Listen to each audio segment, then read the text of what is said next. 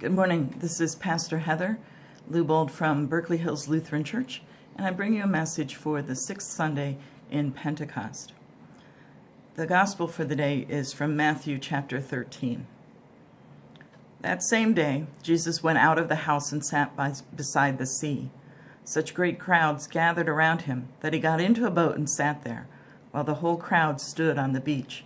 And he told them many things in parables, saying, "Listen, a sower went out to sow, and as he sowed, some seeds fell on the path, and the birds came and ate them up.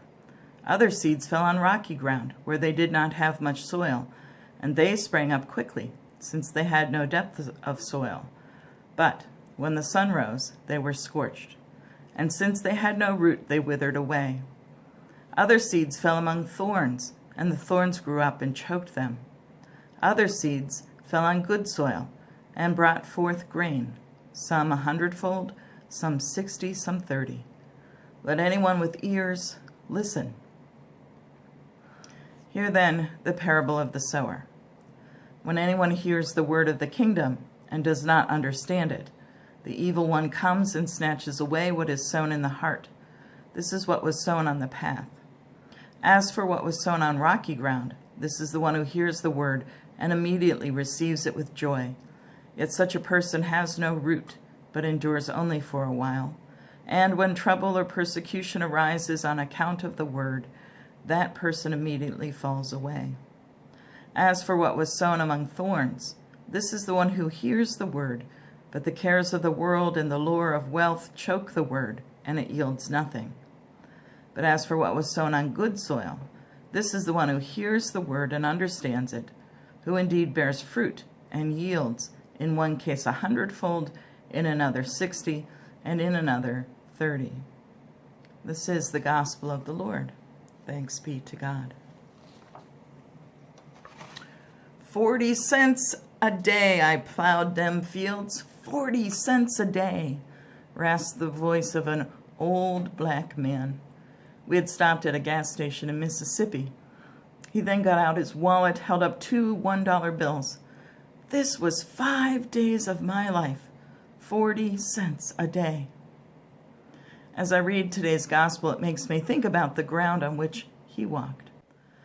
I suspect he often walked the hard-packed path of prejudice and racism, a path where not much grows, where life and opportunities are too quickly snatched away.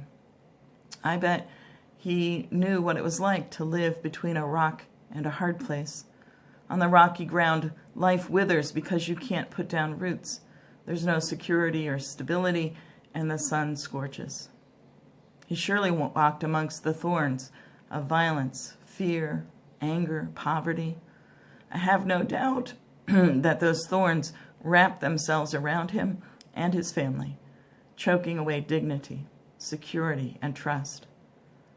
I hope the best soil that he walked through was not the 40 cents a day soil that he plowed.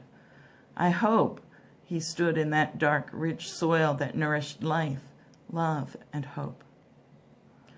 We may not have plowed fields for 40 cents a day, but we all know the different landscapes of which Jesus speaks.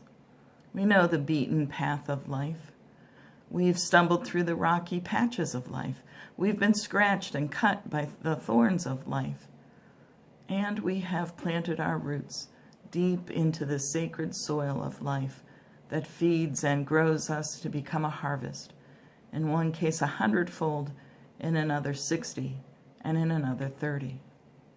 This gospel takes us back to our very roots, back to Adam, when God began to create. Out of mud, God made us. Out of dirt, God shaped us.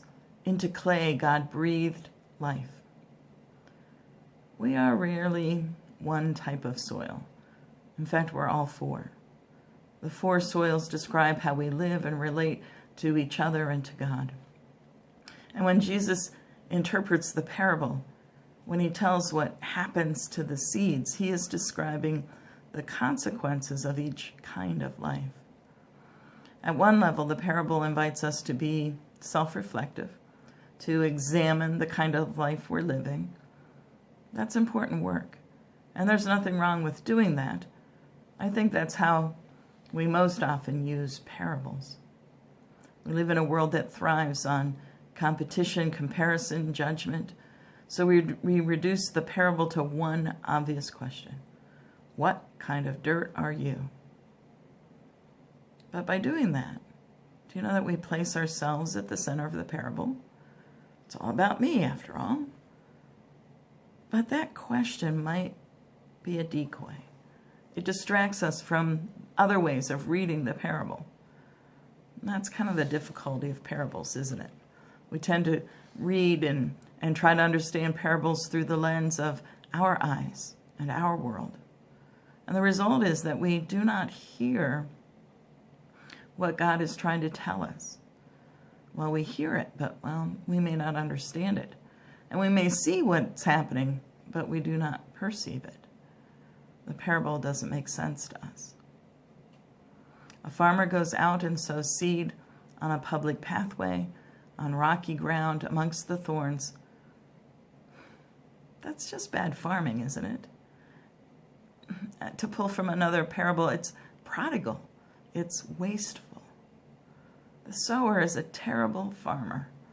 You can't plant seeds among the rocks and thorns or on a path and then act surprised or complain that nothing grew. But parables present a different perspective, a new worldview. They give us a glimpse into God's world and what God is like. They heal our ears and our eyes so that we might hear and see and understand and perceive. Parables are not meant to test human intelligence. They offer the paradox of grace that tests our heart's willingness to surrender to and be embraced by the always surprising generosity of God. The surprising generosity of God is exactly what this parable of the sower reveals. As different as the four soils are, they hold two things in common: the seeds and the sower. The sower sows the same seeds in all four soils with equal toil, equal hope, and equal generosity. The sower does so without evaluation of the soil's quality or potential. There is no soil left unsown. No ground is declared undeserving of the sower's seeds. This is not about the quality of the dirt. It's about the quality of God, the divine sower.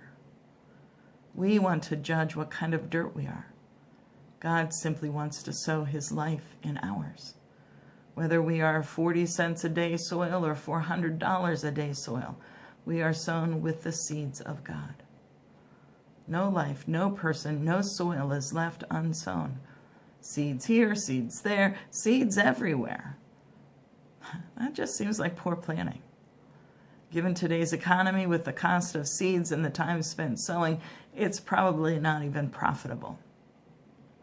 These, of course, are not the sower's concerns. They are our concerns.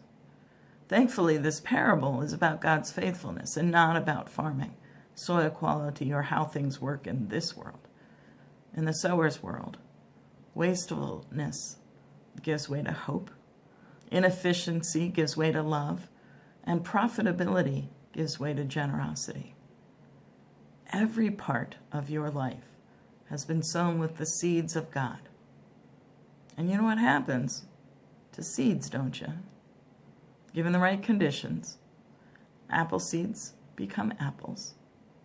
Peach seeds become peaches. God seeds become God. Hear then the parable of the sower. Amen.